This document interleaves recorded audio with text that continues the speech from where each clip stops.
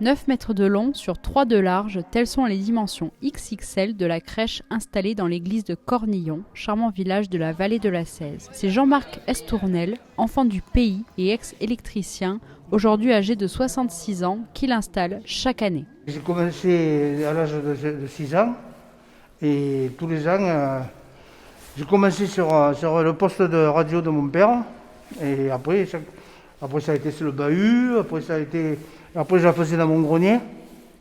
Après évidemment j'ai eu un problème de logement. Et il y a eu une association de Cornillon qui m'a demandé si je ne voulais pas venir la faire dans l'église, alors j'ai profité de l'occasion pour venir. Si Jean-Marc a connu des problèmes de place, c'est parce que ces petits personnages sont de plus en plus nombreux. Cette année, 750 sont exposés contre 900 d'habitude. Il nourrit une véritable passion pour ses santons et leur décor. J'y pense toute l'année.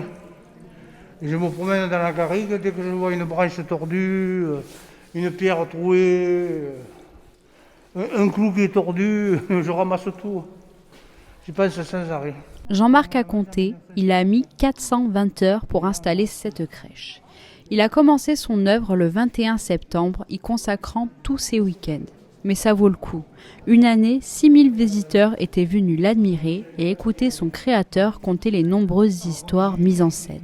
Là, on arrive à Fontvieille, le moulin de Daudet, avec tous les personnages Vous avez le curé de Cucugnan, le père Gaucher avec son élixir, la mule du pape, monsieur Seguin et sa chèvre, évidemment Tartarin de Tarascon. À la fois traditionnelle et moderne, on retrouve dans cette crèche la nativité bien sûr, mais aussi des scènes, des endroits typiques de la Provence et de notre département. Les mines de charbon d'Alès, les salins de Camargue, le terrain de pétanque et bien d'autres encore. Vous avez la partie de belote évidemment. Là vous avez deux messieurs qui ont plus soif, là, qui sortent qu'ils ont plus soif. Et ça vous vient d'où toute cette imagination? Ça c'est tout. Toutes ces scènes, je les ai connues. Jean-Marc glisse de nombreuses références gardoises comme les vignobles de Cornillon, les brandades Coudaine ou la boucherie Miaille. Chaque année, il innove et rajoute une petite nouveauté.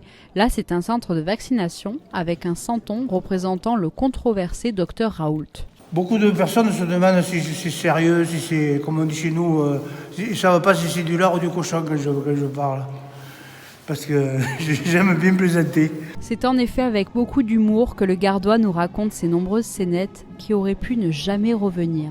Suite à un gros problème de santé, Jean-Marc a arrêté 2 ans la crèche.